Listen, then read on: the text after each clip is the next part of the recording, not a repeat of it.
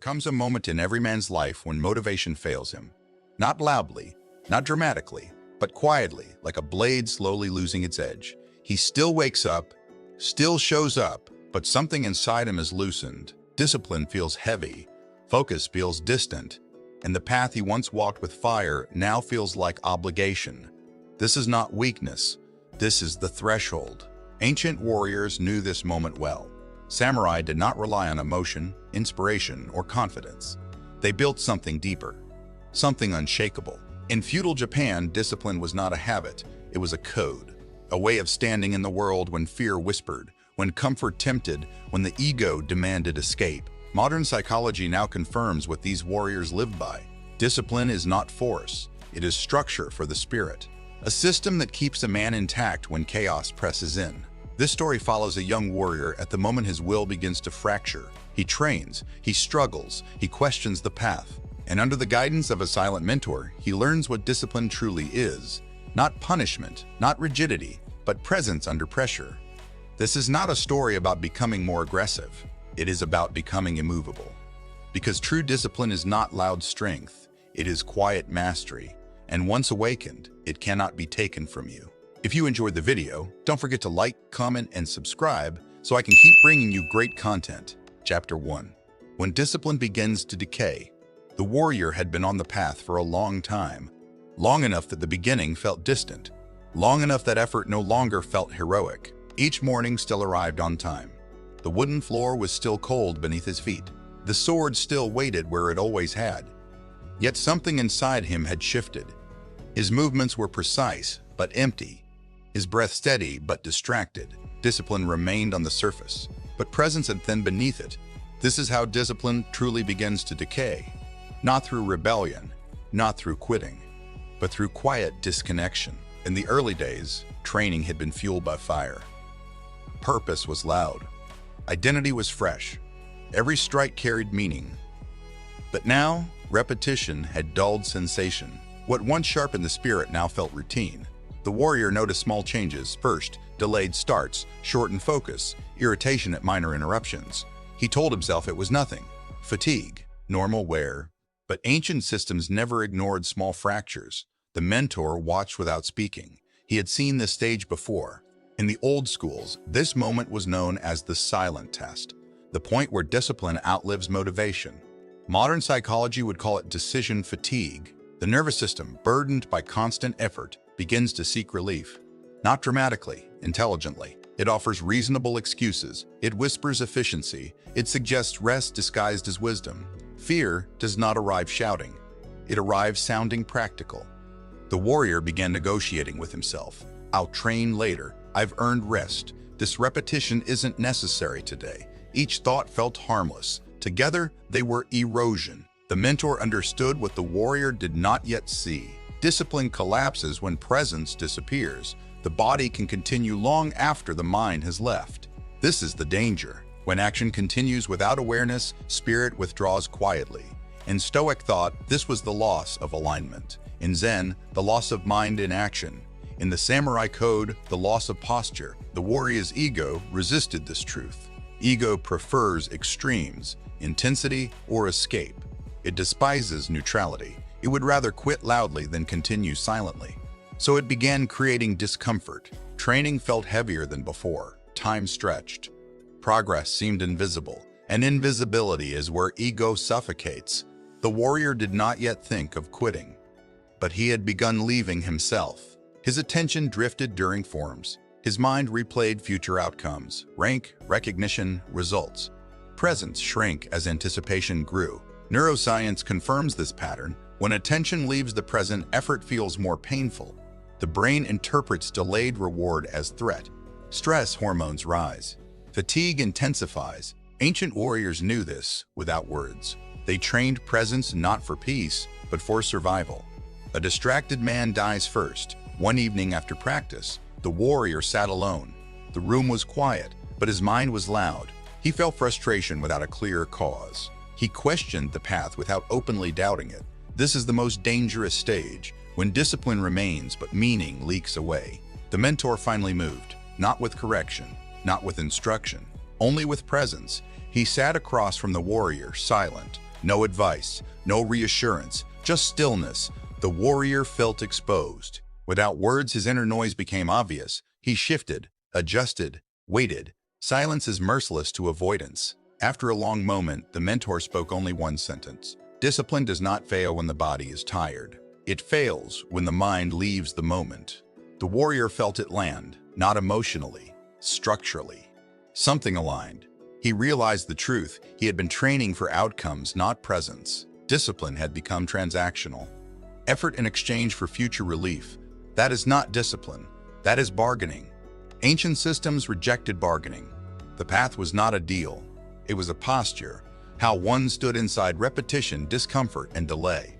The mentor did not offer motivation. He did not offer encouragement. He offered awareness. Stay, he said.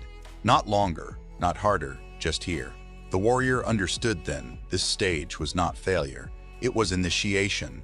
Discipline was shedding its emotional support. What remained would be real or nothing at all. He bowed, not to the mentor, to the moment. And for the first time in many days, he trained without chasing tomorrow. The mentor did not raise his voice. He never needed to.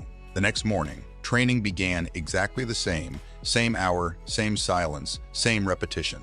But something had changed. The warrior was watching himself now, watching how the mind searched for reasons, watching how emotion tried to lead. After the final movement, the mentor finally spoke. "You are waiting to feel ready," he said calmly. "That is not discipline. That is permission-seeking." The words cut cleanly, not harsh, precise. The warrior had believed motivation was a sign of alignment. Energy meant correctness. Resistance meant something was wrong. But the samurai code had never been built on feeling. It was built on structure, on action taken regardless of inner weather. In the old schools, no one asked how they felt before training. Feeling was considered unstable. Loyalty was placed in form, time, posture, repetition. The system carried the man when the man could not carry himself. Modern psychology confirms this ancient wisdom. Motivation fluctuates with dopamine, stress, sleep, expectation. Discipline that depends on motivation collapses under pressure. Samurai understood this intuitively. They trained discipline beneath emotion. Where mood could not interfere, the mentor continued. When you follow emotion, you train inconsistency. When you follow structure, you train freedom. The warrior listened. Something inside him resisted. Ego wanted to argue. It wanted meaning, excitement, reassurance that the effort mattered. But the mentor offered none of that. Instead, he described the code. Discipline was not intensity. It was loyalty to form. It was showing up without internal discussion. It was acting without needing belief. Bushido did not ask if the path was enjoyable. It asked only one question: are you present in what must be done? The warrior realized something unsettling. Much of his exhaustion came from negotiation. Every session began with internal debate. Every repetition was measured against expectation. This mental friction drained more energy than training itself. The mentor saw the realization settle. Emotion is a tool, he said, but discipline is a foundation. Stoic philosophy echoed this truth. The Stoics did not wait for courage to act. They acted in accordance with principle. Knowing emotion would follow or not, irrelevant either way. Freedom came from removing dependency on internal states. The samurai code went further. It demanded obedience to the path, even when the self resisted. This was not oppression, it was relief. For the first time, the warrior considered that discipline could be lighter, not heavier, that by removing choice, he could remove suffering. The code simplified life. No constant evaluation, no self-judgment, just action. That night, the mentor gave a single instruction: tomorrow, train without asking why. No goal, no affirmation, no promise. The next day, the warrior obeyed. At first, the mind rebelled. It searched for meaning, scanned for progress, demanded reassurance. But with no response, it slowly quieted. The body moved, breath settled, repetition unfolded. Something unexpected happened. Without motivation, effort felt cleaner. Without expectation, time passed differently. Neuroscience explains this shift. When the brain stops anticipating reward, the stress response decreases. Attention returns to the present task. Energy stabilizes. Ancient warriors experienced this as calm endurance. By the end of training, the warrior felt steady, not exhilarated, not drained, neutral, grounded. The mentor nodded. This is discipline beneath emotion, he said. This is the code. The warrior understood now. Motivation is a guest. Discipline is the house. One cannot depend on visitors to hold structure together. The samurai code was never about forcing the self. It was about aligning with a system older than mood, stronger than impulse. When the individual surrendered to form, discipline became sustainable. That evening, the warrior reflected. He had spent years trying to feel disciplined. The code asked him to be disciplined. Feeling was optional. Presence was required. He saw clearly now why so many quit. Not because the path is too hard, but because they expect it to feel supportive. Ancient paths offer no comfort. They offer stability. And stability is stronger. The mentor offered no praise. None was needed. The warrior bowed again, deeper this time, not in gratitude, in acceptance. He had stopped asking the path to carry his emotions. Now the path would carry him. Discipline had stabilized, but something else began to surface. It was not loud. It did not announce itself. It arrived quietly, in hesitation. The warrior noticed it during training. His body moved correctly. His routine remained intact, yet a subtle tension lingered beneath the movements. Breath shortened at moments where effort deepened. Focus slipped when repetition demanded patience. Nothing dramatic, only a quiet resistance that did not belong to fatigue. The mentor watched without interruption. One evening, as the light faded and the training ground emptied, he finally spoke. "You have removed motivation," he said. "Now you will meet fear." The word unsettled the warrior. He did not feel afraid. There was no immediate threat, no danger, no opponent. But the mentor was precise. Fear did not always wear urgency. Sometimes it disguised itself as reason. Fear of stagnation. Fear of wasting effort. Fear of becoming ordinary. Modern psychology names this anticipatory anxiety, the mind projecting discomfort into the future, then reacting as if it were present. The body responds the same way. Muscles tighten. Breath constricts. Attention narrows. Ancient warriors knew this without language. They trained not to eliminate fear, but to remain present inside it. The mentor continued. "Fear does not destroy discipline," he said. "Unseen fear does." The warrior began observing himself more closely. He noticed how fear whispered through logic. "Is this working? Is this enough? Shouldn't progress feel clearer by now?" These thoughts felt intelligent, responsible, but each one pulled him subtly away from the moment. Fear was not screaming for escape. It was suggesting optimization. The mentor explained that fear prefers comfort disguised as wisdom. It convinces the mind that delay is prudence, that retreat is strategy, that change is self-respect. But the result is the same. Discipline fractures not through rebellion, but through rational retreat. Neuroscience supports this ancient insight. The brain is wired to avoid uncertainty. When outcomes are unclear, fear activates problem-solving loops, not to advance, but to regain predictability. Discipline demands the opposite, remaining engaged without certainty. The samurai trained directly against this reflex. They stood inside discomfort without seeking resolution, not recklessly, deliberately. That night, training changed again. The mentor introduced longer holds, slower movements, extended stillness, no explanation. Just time spent inside sensation. The warrior felt the mind resist immediately. The urge to move, to finish, to do something surged. Fear was speaking. Instead of obeying it, the warrior stayed. Breath steadied. Muscles burned. Thoughts protested. But nothing actually happened. No collapse. No failure. The fear lost urgency when it was no longer negotiated with. This was the lesson. Fear feeds on reaction. Presence starves it. The mentor watched closely. He did not intervene when the warrior struggled. He knew this confrontation could not be taught, only endured. Over days, something shifted. Fear still appeared, but it no longer commanded. The warrior recognized its voice without following it. When doubt arose, he did not argue. He did not reassure himself. He simply continued. This neutrality weakened fear's grip. Ancient texts describe this as Fudo Shin, the immovable mind. Not fearless, unmoved. Modern science calls it emotional regulation, the ability to experience internal discomfort without behavioral disruption. Different language, same mastery. The warrior realized a critical truth. Discipline is not sustained by confidence. It is sustained by tolerance for uncertainty. Fear demanded guarantees. The path offered none. And so the warrior learned to walk forward without answers.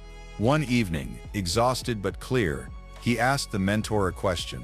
How do I know when fear is gone? The mentor smiled, slightly. When you stop asking, he said, fear does not vanish. It loses authority. It becomes background noise rather than command. The samurai code never promised peace, only steadiness. The warrior bowed, understanding settling deeper now. He no longer mistook fear for failure. He recognized it as proof of proximity to growth. Each time fear arose and he remained present, discipline hardened quietly. Not through force, through familiarity. Fear could no longer surprise him. And when fear loses surprise, it loses power. Fear had been unmasked, but it was not defeated. When fear loses its urgency, something else rises to protect it. The ego. The mentor changed nothing outwardly. Training continued at the same hour. Movements remained the same. The path did not shift, but instructions stopped. No corrections, no approval, no explanation. Silence replaced guidance. At first, the warrior welcomed it. Discipline had strengthened. He believed he no longer needed direction. But within days, the absence of feedback became unsettling. Without the mentor's voice, the mind began speaking louder. Am I doing this correctly? Is this the best use of my time?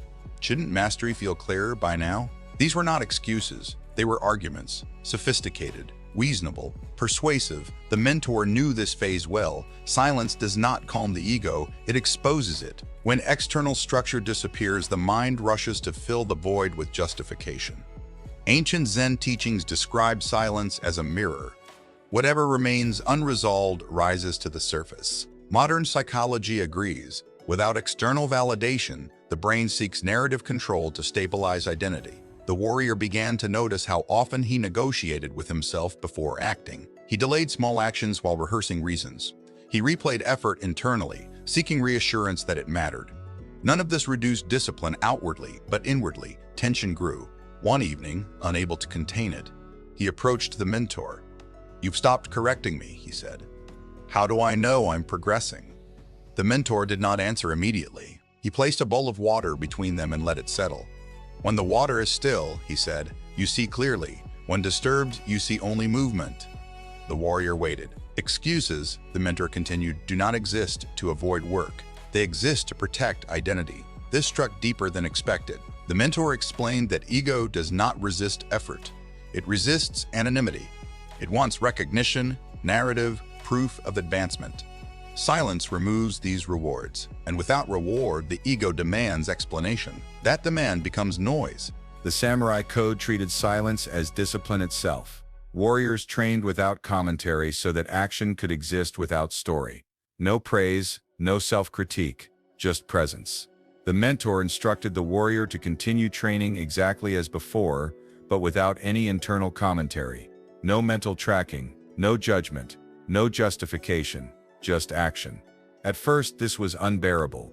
The mind rebelled aggressively. Thoughts surged. This is pointless. This is inefficient. You should adjust something. Each thought carried urgency disguised as intelligence. But the mentor had warned him. Excuses survive in noise, he said earlier. They die in silence. So the warrior did nothing with the thoughts. He did not suppress them. He did not engage them. He allowed them to pass without response. Neuroscience calls this non-reactivity, the practice of observing mental events without behavioral attachment. Over time, this weakens the brain's habit of impulsive meaning-making. The ancient system understood it simply. Silence starves the ego. Days passed, then weeks. Something unexpected happened. The excuses lost energy. Not because they were disproven, but because they were ignored. Without attention, they could not sustain themselves. The warrior noticed his actions becoming simpler, cleaner, less dramatic. He trained. He rested. He repeated. No internal speeches. No self-congratulation. No self-criticism. Discipline became quiet. The mentor finally spoke again, but only once. "You no longer ask permission to continue," he said. "That is progress." The warrior understood. Silence had removed the need to convince himself. Presence replaced explanation. He no longer required reasons to stay on the path. He stayed because staying was the path. This was the death of excuses, not through force, but through irrelevance. The ego still appeared, but its voice had softened. It no longer demanded outcomes. It no longer negotiated effort. Without narrative, it had nothing to defend. Ancient warriors called this state Mushin He'ef, no mind, not empty, unobstructed. Modern psychology describes it as flow without attachment. Different words, same truth. Discipline does not strengthen by arguing with weakness. It strengthens by refusing to explain itself. The warrior bowed deeply that evening, not to the mentor, but to the silence that had refined him. He no longer needed to know where the path would lead. He only needed to remain on it. There was no moment of announcement, no internal victory, no sudden surge of confidence. Discipline did not arrive loudly. It settled. The warrior noticed the change not in intensity, but in effortlessness. He rose before dawn without resistance. Training began without internal negotiation. Rest came without guilt. The struggle to stay disciplined had quietly disappeared. What remained was steadiness. The mentor observed from a distance. This phase did not require instruction. When discipline becomes identity, interference weakens it. In the beginning, discipline had been something the warrior did. It required force, reminders, willpower. Each action felt like a decision. Each day demanded recommitment. But now action flowed without debate. Modern psychology explains this shift clearly. Behaviors tied to identity consume less mental energy than behaviors driven by motivation. When a man believes I am disciplined rather than I must be disciplined, resistance collapses. The ancient system reached the same conclusion centuries earlier. Samurai did not wake and ask whether they felt prepared to train. Their code was not an activity, it was a posture. Training expressed who they were, not what they wanted. The warrior felt this truth settle into his body. He trained on difficult days exactly as he trained on calm ones, not because he forced himself, but because deviation felt unnatural. Discipline had moved beneath emotion. Fear still appeared, but it no longer disrupted behavior. Doubt surfaced, but it did not interrupt motion. Thoughts came and went, yet action remained consistent. This was not numbness. It was integration. The mentor finally spoke during a quiet walk through the forest. Effort ends, he said, when discipline stops asking for permission. The warrior understood. Earlier, discipline had relied on mood. Later, it relied on structure. Now, it relied on identity. There was no pride in this realization. Pride would have pulled him back into performance. This discipline did not need to be seen, it only needed to persist. Others noticed the change before he did. His presence felt heavier, though his voice was softer. He reacted less. He listened more. When pressure entered a space, he did not rush to control it. He allowed it to settle. This was not dominance through force, it was authority through consistency. Ancient warriors understood this kind of strength well. A man who does not fluctuate unsettles chaos. Emotional volatility feeds disorder. Steadiness drains it. Neuroscience supports this. Regulated nervous systems influence unregulated ones. Calm is contagious when it is embodied. The warrior no longer measured progress. Measurement had once been fuel, but now it was unnecessary. Tracking effort would have reintroduced ego. Discipline as identity does not require validation. He trained, he ate, he slept, he observed. Each action clean, uncomplicated. The mentor explained one final distinction. Discipline as effort breaks, he said. Discipline as identity endures. Effort depends on energy. Identity does not. Energy fluctuates. Identity remains. The warrior realized why so many men lose discipline after initial success. They treat discipline as a phase, a tool to reach something else. When the goal shifts or arrives, discipline dissolves. But the samurai code never promised results. It promised alignment. The warrior now understood that discipline was not a means to an end. It was the end itself, a way of standing in the world. Fear no longer dictated his movement. Ego no longer demanded proof. Silence had done its work. He was not trying to be disciplined, he was disciplined. And because of that, nothing external could easily take it from him. The mentor stopped walking and turned slightly. "You no longer need me," he said quietly. "That is how I know this has taken root." The warrior bowed, not in gratitude, but in acknowledgement. Discipline had crossed a threshold. What remained was the path itself. The mentor did not announce his departure. One morning, he was simply no longer there. The training space was unchanged. The path through the trees remained clear. The hours of practice still waited, indifferent and exact. Nothing had been taken away, except guidance. Once, this absence would have unsettled the warrior. He would have searched for direction, questioned timing, wondered if something was missing. Now, nothing wavered. He trained as he always had, not harder, not softer, simply present. This was the final lesson. The samurai code was never meant to produce dependence on a teacher, a system, or a destination. It existed to forge a posture toward life, one that remains stable even when structure falls away. The warrior understood now. Discipline that collapses without oversight was never discipline. It was obedience. True discipline continues when no one is watching. He walked the familiar path alone, noticing details he had once overlooked. The rhythm of breath against movement, the sound of wind moving through leaves, the quiet certainty of steps taken without urgency. There was no hunger for results. That hunger had once driven him forward, but it had also created restlessness. Results had turned discipline into a transaction. If I give effort, I should receive progress. The ancient system rejected this logic. The path was not an exchange, it was a commitment. Modern psychology confirms this transformation. When behavior is driven by outcome, motivation fluctuates with feedback. When behavior is driven by values and identity, it stabilizes regardless of reward. The warrior had crossed that line. He no longer asked where this was leading. The need for an end had dissolved. The path itself had become sufficient. Fear still visited, but it arrived without authority. It was no longer a signal to change course, only a sensation passing through awareness. Ego still whispered comparisons and futures, but those voices lacked weight. They were no longer consulted. The warrior realized something subtle and profound. Discipline had not narrowed his life. It had simplified it. Without constant internal negotiation, energy returned, attention sharpened, presence deepened. He was no longer chasing calm. Calm emerged naturally. This was not withdrawal from the world. He engaged fully, but without clinging. Challenges came and went, pressure arrived and passed. He remained. Ancient warriors described this as walking without leaving the ground, fully engaged, yet unentangled. Stoic philosophy echoed the same truth. Control what belongs to you, your actions, your posture, your attention, and release the rest. The mentor's final teaching surfaced clearly now, though it had never been spoken outright. The path does not promise relief. It promises refinement. The warrior did not feel complete. Completion implies an ending. Instead, he felt aligned, a state that does not conclude. Each day was the same and never the same. Train, observe, rest, repeat.